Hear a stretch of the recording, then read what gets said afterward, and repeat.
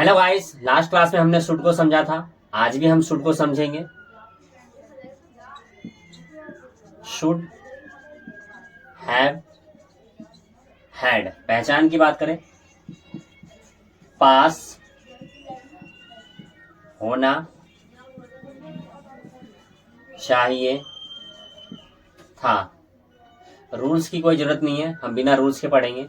ऐसे मेरे पास घर होना चाहिए था।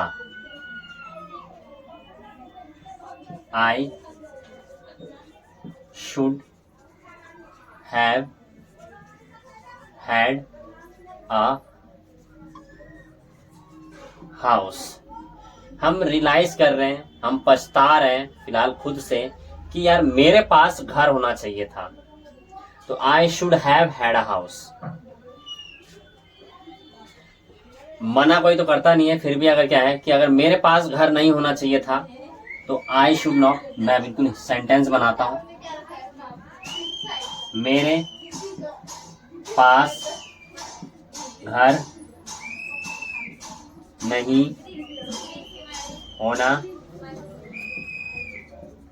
चाहिए था। I should not have had a house. जब ये बोलना हो कि यार मेरे पास पैसे होने चाहिए थे, तो मेरे पास पैसे होने चाहिए थे, I should have had money. मेरे पास पैसे नहीं होने चाहिए थे, I should not have had money. इस तरीके से प्रैक्टिस करेंगे। जैसे उसके पास बैग होना चाहिए था। पास तो he should have had a bag. उसके पास बैग नहीं होना चाहिए था, उसके पास बैग नहीं होना चाहिए था।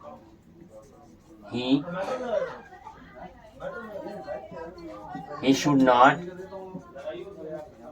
have had a bag। इसी तरीके से प्रैक्टिस करेंगे। आपको सिर्फ ये बैग अ बैग यानी कि यहाँ पे ऑब्जेक्ट आपको चेंज करना है बस। यानी कि उसके पास कुत्ता होना चाहिए था। मान लो किसी के घर में चोरी हो गई, तो हम कहते हैं, रियलाइज कराते हैं कि उसके पास कुत्ता होना चाहिए था। तो he should have had a dog. उसके पास कुत्ता नहीं होना चाहिए था, he should not have had a dog. उसके पास एक गुरु होना चाहिए था, he should have had a teacher. उसके पास एक टीचर नहीं होना, उसके पास एक गुरु होना चाहिए था, he should have had a teacher. उसके पास गुरु नहीं होना चाहिए था, he should not have had a teacher. या उसके पास नौकरी होनी चाहिए थी, he should have had a job. उसके पास नौकरी नहीं होनी चाहिए थी, he should not have had a job. उसके पास बिजनेस होना चाहिए था, he should have had a business. उसके पास बिजनेस नहीं होना चाहिए था, he should not have had a business.